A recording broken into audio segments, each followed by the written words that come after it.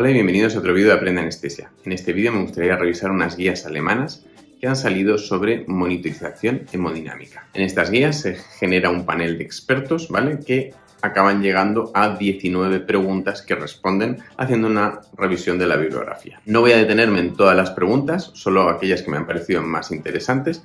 La primera pregunta es: ¿cómo debería medirse la presión arterial por medio de oscilometría? Oscilometría ya sabéis que es el método habitual que usamos, ¿verdad? El manguito de la tensión. Pues ¿cómo habría que hacerlo eso correctamente?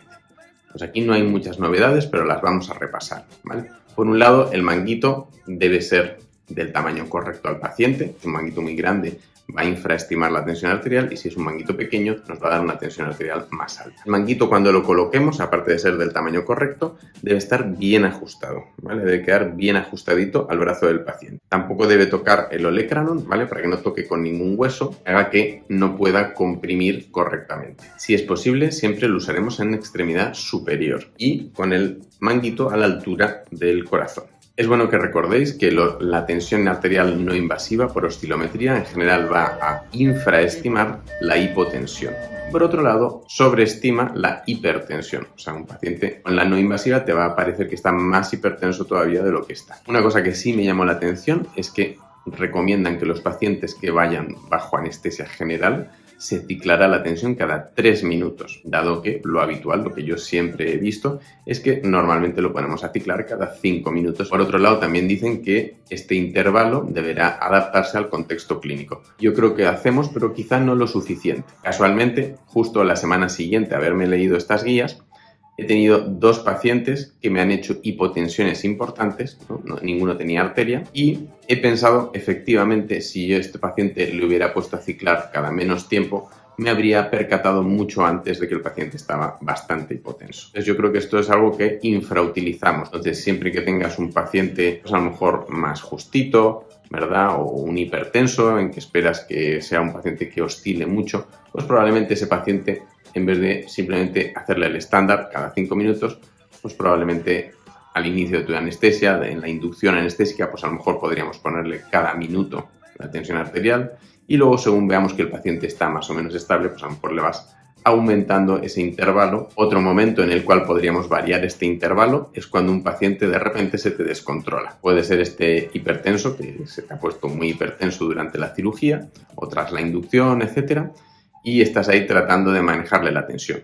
Pues probablemente no sea correcto que sigamos midiéndole la tensión cada 5 o 3 minutos. Si estamos ahí poniendo drogas para bajarle la tensión, probablemente sea un buen momento para cambiar y ciclarle pues cada minuto o cada 2 minutos y medio, etc. Siguiente pregunta del panel es: ¿en qué pacientes deberíamos medir la presión arterial de manera continua? ¿Vale? Y yo aquí, en lo de manera continua, habría pensado que siempre va a ser con una canalización arterial. Pero curiosamente en el panel mencionan una tecnología, una posibilidad de medir de forma no invasiva con un manguito en el dedo, que es una tecnología que a mí me suena haber visto en algún congreso, en alguna ponencia, ¿vale? Y que puedes tener una tensión continua, ¿vale? Esto dicen que podría ser un equivalente para la arteria en los pacientes de más bajo riesgo. Por lo demás, en la indicación no hay mucha novedad, ¿vale? Es lo que ya conocemos. ¿Cuándo vamos a querer canalizar una arteria en un paciente? Pues cuando el paciente sea frágil y vulnerable por lo que sea, ¿verdad? Lo que dice la guía es que siempre que pensemos que el paciente va a poder tener una complicación debida a la hiper o a la hipotensión debido a la anestesia, el procedimiento o lo que sea, tendrá que tener una medición continua de la presión arterial. Otra indicación para hacer una medición invasiva de la tensión arterial, en este caso con canalización arterial, es cuando no podamos obtener una buena medición de forma no invasiva. Esto, el ejemplo típico sería el obeso mórbido, ¿no?, que tiene un brazo enorme y que no logramos medir bien la tensión.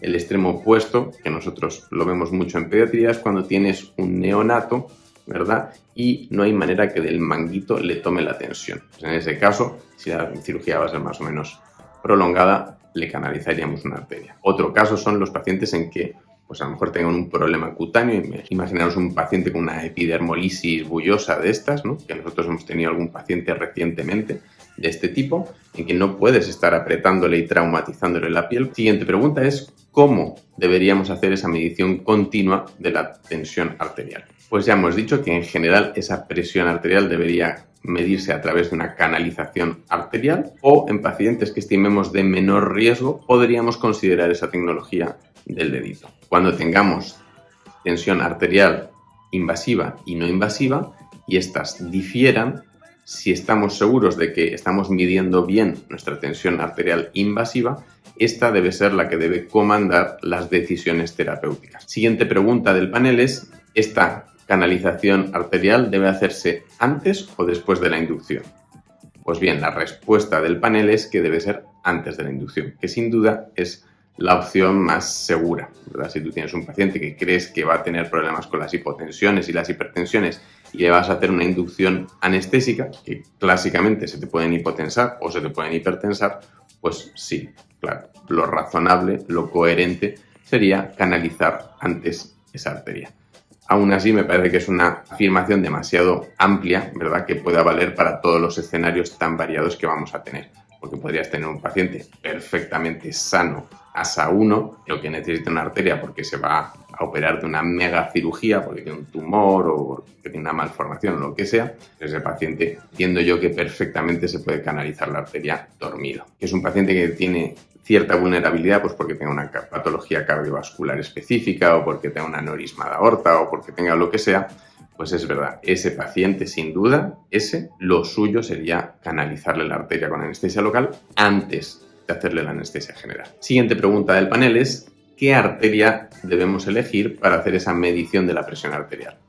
Bueno, aquí nuevamente tampoco hay una gran novedad. La arteria radial, por múltiples motivos que ya conocemos. Es fácilmente accesible, se puede comprimir si hay un sangrado, tiene circulación colateral, es mucho más seguro y fácil de canular una axilar o una braquial. Lo otro que se comenta aquí es en cuanto al calibre de la cánula y que se recomienda tender a hacer un calibre más fino porque, lógicamente, un calibre más fino en general va a tener menos morbilidad.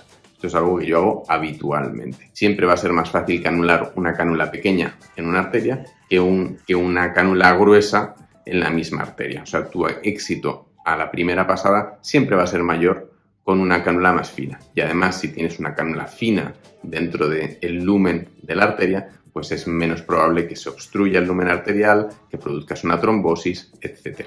Yo, por ejemplo, tiendo a usar cánulas del 24G para casi todos los pacientes que hago, ya sea un bebé o un adolescente. Solo si pienso que es una cánula que va a tener que estar muchos días, a lo mejor me planteo poner una cánula más gruesa. Otro aspecto que resalta el panel es que las arterias deberían canalizarse guiadas con ecografía. Esta afirmación sin duda pues tiene que ir acompañada por una dotación, ¿no?, de formación y de ecógrafos para el bloque quirúrgico, que yo entiendo que en la mayoría de bloques quirúrgicos no va a ser muy operativa o factible, ¿no? Aunque en los adultos, y esta es una guía de adultos, es más fácil canular una arteria a la primera. Nosotros en niños muy pequeños muchas veces te va a costar canalizar a la primera y vas a hacer muchos intentos.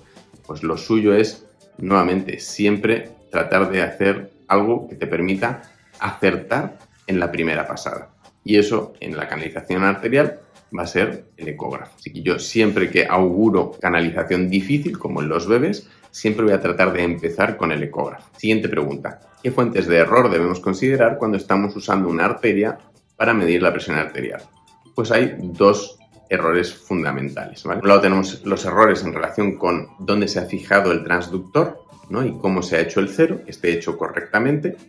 Y por otro lado tenemos los problemas asociados al sistema, a toda la presurización y amortiguado del sistema de medición. Esto yo os lo menciono en el libro de cómo preparar para canalizar una arteria, en el cual digo pues que tienes que revisar muy bien todas las conexiones, que estén bien apretadas, que no haya ninguna piecita abierta, que tu presurizador esté efectivamente en 300, que hayas hecho un flush y hayas lavado bien todas las burbujas, porque todos estos factores pueden hacer que tu sistema se sobreamortigüe. Si hay una pieza suelta y empieza a fugar, y empieza a bajar la presión del sistema, se va a refluir la arteria, se va a ir obstruyendo la cánula y se va a ir amortiguando el sistema. Lo contrario sería un sistema que esté muy poco amortiguado. ¿Cuándo puede ocurrir esto? Pues normalmente se asocia o a sistemas de tubuladura muy rígidos, o cuando agregas piezas a tu sistema, ¿vale? Cuando metes más llaves de 3 pasos o más alargaderas, etcétera, eso puede alterar la amortiguación de tu sistema. Normalmente, ¿cómo vamos a evaluar esto? Pues tú haces tu flush, ¿verdad? Tiras y ves cuál es la respuesta y vas a poder evaluar si es una amortiguación óptima o si está sobre o subamortiguado. Quizá una de las alteraciones o artefactos más frecuentes que vamos a tener con la medición arterial de la tensión, cuando nuestro transductor se mueve sin que nosotros queramos. Esto puede ser cuando el transductor tú lo has fijado, imagínate, a la mesa de quirófano y se te ha soltado el esparadrapo, ¿no? Y está colgando en el suelo y de repente miras el monitor y el paciente está hipertenso. Y dices, ¿pero qué ha pasado si no estamos haciendo nada, si no hemos ni empezado a operar? Claro, y luego ya ves que el transductor está por el suelo. Lo otro que puede ocurrir es que tú fijes el transductor, imagínate, a un palo de suero y luego durante la cirugía tú muevas la mesa de quirófano y muevas al paciente. Entonces, pues ese transductor no acompaña al paciente y según suba o baje el paciente, pues se va a alterar la medición, igual que cuando se caía el transductor. Por lo tanto, otra cosa que tienes que tener en cuenta es a la hora de fijar el transductor, lo ideal va a ser normalmente que vaya pegado al paciente, ¿verdad? Y que se mueva con el paciente. Tendremos que considerar si durante la cirugía se va a modificar la posición del paciente o si desde el principio la posición de la cabeza del paciente va a estar por encima de la referencia habitual, que va a ser la aurícula derecha del paciente. Si fuera así, imaginaros que vamos a operar una neurocirugía y el cirujano quiere tener al paciente el cabecero elevado, pues en ese caso tendríamos que setear nuestro transductor a la altura de la base del cráneo, ¿vale? Para poder estar midiendo de forma corregida ya la presión que va a llegar a la base del cráneo. Siguiente pregunta, y que se relaciona mucho con lo que acabo de comentaros, es cómo debemos considerar los cambios de posición y la posición del paciente en relación con la medición de la presión arterial. Pues acabamos de mencionar cómo si movemos la cabeza del paciente, ¿no? El cerebro del paciente, si va a estar muy por encima de nuestro nivel cero habitual, que va a ser la aurícula derecha, pues vamos a tener que considerar eso y corregir esa presión arterial para tener una presión arterial correcta. Por otro lado, lo que dice la guía es que los cambios de posición son críticos, ¿no? Y pueden generar inestabilidad hemodinámica, ¿vale? Cuando movemos un paciente puede ser que la sangre se cambie de un compartimento a otro y tengamos hipotensiones bruscas, etcétera. Y justo muchas veces cuando cambiamos un paciente de postura, pues a veces le quitamos los monitores, ¿verdad? Porque por el miedo a que se arranquen las cánulas, etcétera. Pero estos momentos son momentos en que potencialmente puede haber inestabilidad hemodinámica. No solo por el simple cambio, ¿no? Por la gravedad, etcétera, los movimientos, sino por los nuevos factores que entran en juego, como por ejemplo, si es un paciente que va boca abajo, los rodillos. Un rodillo puede estar obstruyendo el retorno venoso y eso te puede producir un deterioro hemodinámico que a veces es paulatino, pero a veces puede ser muy súbito. Justo te puede ocurrir en un momento en que no estamos con una gran monitorización. Así que la recomendación de la guía es que durante los cambios de posición lo ideal sería tener una tensión arterial continua. Si tomas la decisión de que no voy a quitar la monitorización para dar vuelta al paciente porque creo que tengo alto riesgo de que se me arranque la arteria, pues recordar que cuanto antes podáis volver a monitorizar. Siguiente pregunta, ¿qué componente de la presión arterial es el que debemos usar para guiar nuestra terapéutica? Y en este sentido se refieren a si es la sistólica, la diastólica o la media. Pues la respuesta del panel es bastante clara. La presión arterial media. La diastólica en general predice mal cualquier outcome. Normalmente se ha preferido siempre la sistólica o la media, pero la sistólica ya sabéis que varía dependiendo de dónde la midamos en el árbol vascular, o sea que si la mides proximal te va a dar un valor y si la mides muy distal te va a dar un valor más elevado y por lo tanto como se mantiene más y es más fidedigna y es la presión de perfusión de la mayoría de órganos, se suele preferir la presión arterial media. Lo cual, por cierto, nos lleva a la siguiente pregunta, que es ¿qué presión arterial debemos buscar? Es una de las preguntas del millón en cuanto al tema de la hemodinamia en el paciente anestesiado. La respuesta del panel es una presión arterial media de 65 o más. Y luego también te detallan más adelante, en letra más pequeña, que si lo que estás usando es una presión sistólica, pues en ese caso sería una presión sistólica de 90 a 100. Yo recuerdo haber estado en una ponencia también sobre este tema, en que el ponente decía, si te estás guiando por la sistólica, trata de tener 3 dígitos. Si tienes 3 dígitos, o sea, una presión de 100 o más, no vas a estar mal. Interesantemente, por el otro extremo, por el extremo de la hipertensión, el panel de expertos comenta que no hay suficiente evidencia o evidencia suficientemente clara para hacer una recomendación y que por lo tanto se abstiene. Siguiente pregunta: ¿cuándo usar ecocardiografía intraoperatoria? Cuando tengas una inestabilidad hemodinámica y el manejo inicial no está resultándote o la causa no está clara, podrías tratar de usar la ecocardiografía para guiarte. Otra pregunta mucho más interesante es la de si debería usarse la diuresis como método de monitorización de la hemodinamia. La respuesta es que no. La diuresis como monitor aislado, subrayado aislado, no va a predecirte bien la hemodinamia y no deberías usarlo como monitor. Siguiente pregunta es: ¿deberíamos usar lactato, medición de lactato para evaluar la hemodinamia? Aquí sí que dicen que sí, si tú piensas que un paciente está hipoperfundido, que tiene un problema de transporte de oxígeno, etc., deberías obtener un lactato. Además dicen que recuerdan que deberíamos usar un lactato seriado, ¿no?, para poder ver una tendencia y ver si hay un aclaramiento del lactato, y que si vas a considerar el lactato, que siempre tengas en mente las posibles causas de elevación del lactato no hemodinámicas. Siguiente pregunta es: ¿deberíamos usar la saturación venosa central como monitor para la hemodinamia?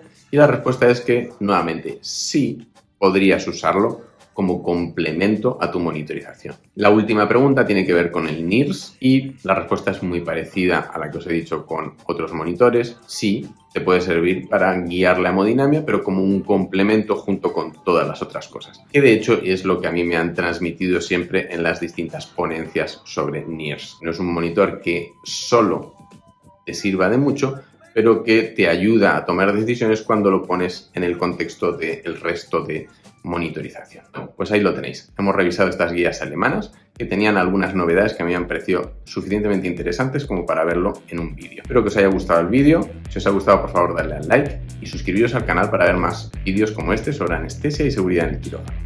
Muchas gracias por haberlo visto y os veo en el siguiente. Hasta pronto.